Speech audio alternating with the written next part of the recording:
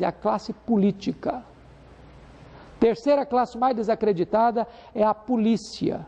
E a terceira classe mais desacreditada são os pastores.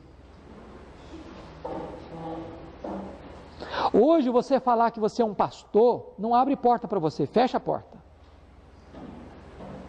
Se você for hoje em alguns lugares, eu tenho vários colegas que já me contaram isso, vão fazer um financiamento de um carro, senta lá na mesa, faz tudo bonitinho, direitinho, olha que mostra, não, eu sou pastor, não, desconversa tudo. Não dá. Desfaz o negócio. Eu tenho ido periodicamente ao Canadá, curiosamente, nos últimos 3 anos, todas as vezes que as pessoas me perguntam, quem é você, o que é que você faz? Eu digo, eu sou pastor, estou aqui para pregar o Evangelho, igreja e tal. Mas eles não querem nem conversar mais comigo, já me mandam para uma sala especial, para uma conversa mais detalhada.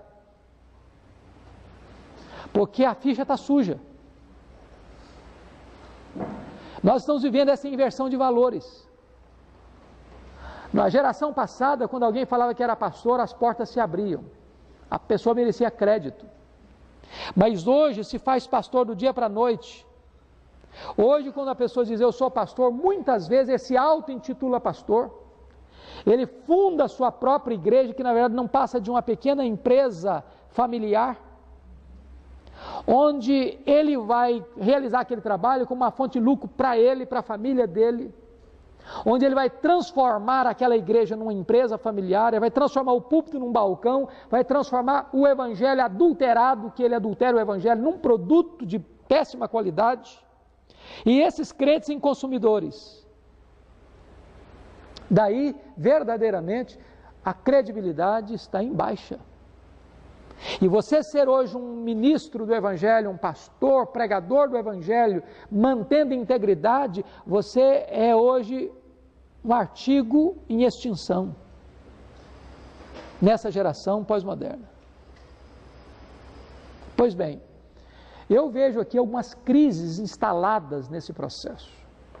E eu gostaria de apontar algumas delas. A primeira crise que eu vejo é que tem muitos pastores que não têm senso nenhum de chamado e de vocação realizando o ministério. Gente que não escutou um chamado, escutou uma buzina, de um som incerto. Gente que entrou para o ministério com a motivação errada. Gente que não tem noção do que é ser ministro do Evangelho. E gente que não respeita o que é o Evangelho. Gente que ama o lucro, mas não ama as vidas, nem honra ao Senhor Jesus. Então esse é um problema seríssimo, seríssimo. Há um livro que possivelmente os pastores que estão aqui já leram com certeza. John Jowett, O Pregador, Sua Vida e Sua Obra. Se você não leu esse livro, vale a pena ler. John Jowett diz nesse livro o seguinte, que muitas pessoas pensam que vocação é o seguinte: ele tenta vestibular para medicina e não consegue passar. Aí tenta para engenharia, também não entra na faculdade. Aí ele tenta vestibular para direito, também não passa. Aí ele tem uma grande ideia. Descobri, Deus me chamou para o ministério. Aí vai ser pastor. Aí John Jowett diz, isso não é vocação. Vocação é quando você tem todas as portas abertas. Você só enxerga uma porta. O chamado de Deus para o ministério. Vocação é como que algemas invisíveis. É aquilo que você não pode deixar de fazer. Você é compelido, imperativamente. Como Jeremias um dia escutou de Deus, eu disse, eu vou deixar de pregar. Isso foi como fogo nos meus ossos. Não dá para você deixar. Então isso é vocação. Isso é vocação. Segunda crise que eu percebo é que há muitas pessoas hoje no ministério que estão confusas teologicamente. Meus irmãos, é uma salada. Uma verdadeira salada hoje a questão teológica de muitos pastores. Gente que não sabe para onde vai, nem para onde está indo. Aliás, foi mencionada ali a questão de alguns modelos que nós temos hoje, grupos células, igreja com propósito, rede ministerial. Nós temos muitos modelos bons até, tem outros complicados, mas o grande problema é que às vezes um pastor vai para um congresso, escuta um modelo e diz, agora achei, aí chega na igreja e muda tudo.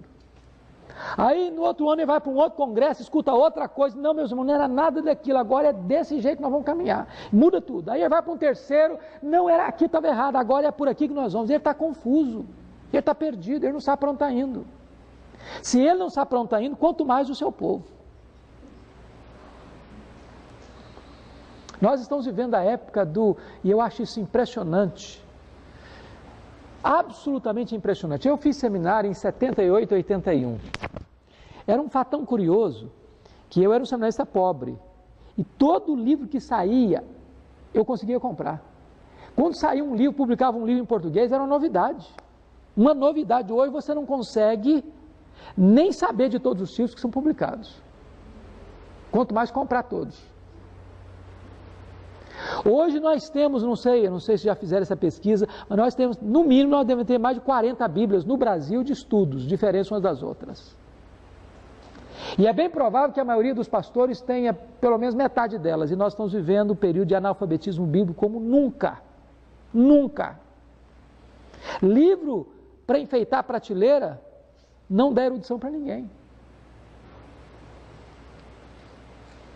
Então o que acontece hoje? Você não vê um camarada que decora um texto mais, não sabe um versículo de cor mais.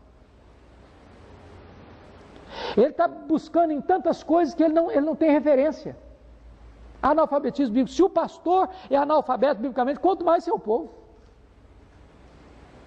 Você quer ver uma coisa? Chega numa igreja e manda ler um profeta menor. Olha, é até engraçado. O camarada começa a abrir na Bíblia em Gênesis. Ou depois está achando que está lá perto de Apocalipse. O povo não sabe nem manusear a Bíblia mais. Por quê? Porque os pregadores não pregam a palavra mais também. Não pregam. Não tem exposição bíblica. As pessoas estão pregando do vazio da sua cabeça e da plenitude do seu coração enganoso, deixando a palavra de Deus de lado. Se esses pastores estão confusos, quanto mais os seus rebanhos. Terceira crise que eu percebo nas minhas andanças para aí afora, é que nós temos muitos líderes e pastores confusos, não apenas teológica e doutrinariamente, mas confusos emocionalmente. Gente que precisava estar sendo tratado, está tratando os outros. Gente que precisava estar sendo aconselhado, estão aconselhando os outros. Gente que não tem capacidade emocional de gerenciar a sua própria vida, está tentando gerenciar a vida dos outros. E o resultado disso é que nós temos uma batelada de gente hoje entrando num processo triste de decadência moral no ministério. Quer ver uma coisa? Não tem lugar mais perigoso para um pastor do que o gabinete pastoral, se ele não for uma pessoa equilibrada emocionalmente. Por quê? Porque mais de 50% das pessoas que você lida no gabinete são do sexo feminino. Mais de 70% dessas pessoas que entram tem a ver com tensões existenciais, conjugais, sexuais, etc, etc, etc. Se essa pessoa não for uma pessoa comprometida com Deus e madura emocionalmente, ela entra num terreno escorregadio. Outra crise que eu percebo nessas caminhadas, nós temos muitos pastores, desculpem eu falar isso aqui, mas preguiçosos no ministério. Gente que não sua camisa. Gente que você liga para ele 9 horas da manhã e ele já responde com a voz amarrotada.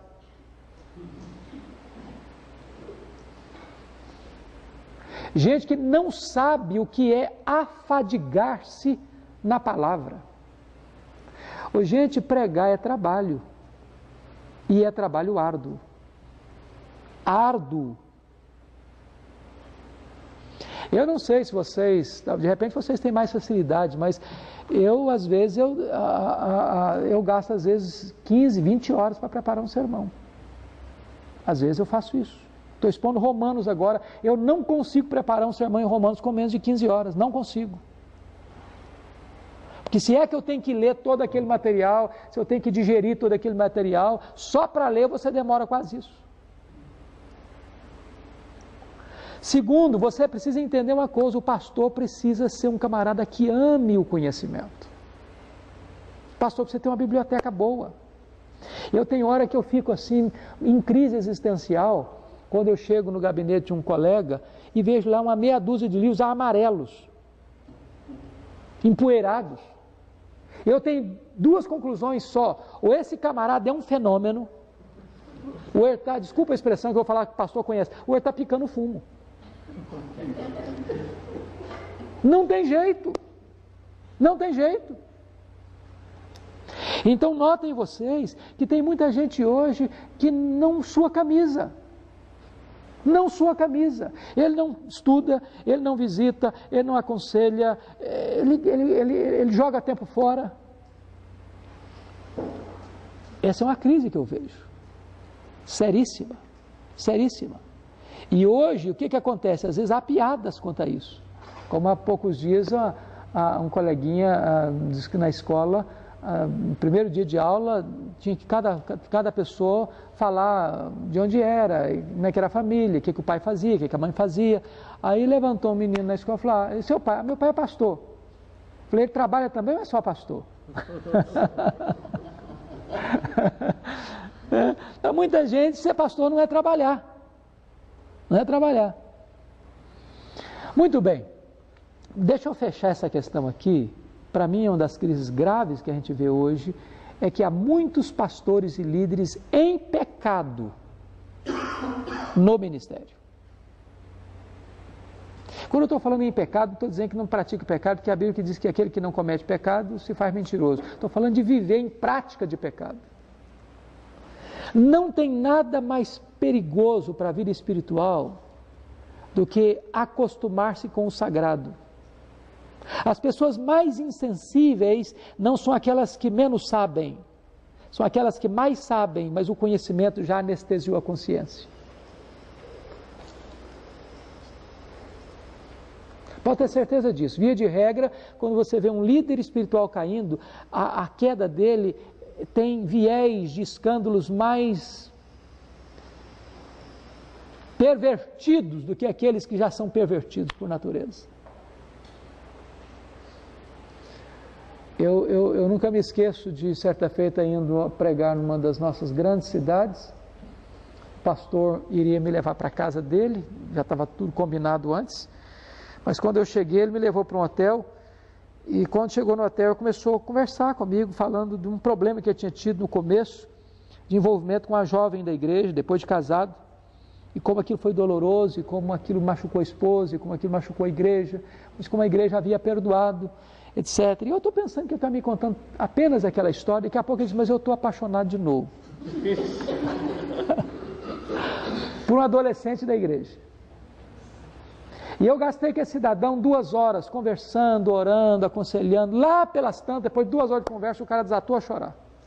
E eu, na minha inocência e imaturidade, pensei que ele estivesse chorando de quebrantamento. Depois que ele enxugou as lágrimas, ele disse: mas o meu amor por essa menina é lindo.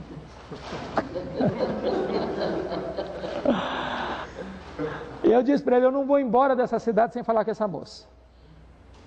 Chamei a moça, falei: minha filha, que ele estava levando a menina para a casa dele, chamando para fazer reunião de oração com ele, para fazer visita com ele, aquela coisa toda.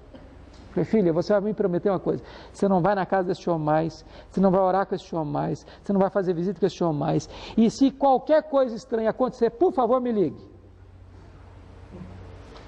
Passaram-se 5 meses, o telefone tocou, era a moça. E aí, minha filha, o que aconteceu? Eu falei: pastor, eu fiz o que o senhor mandou.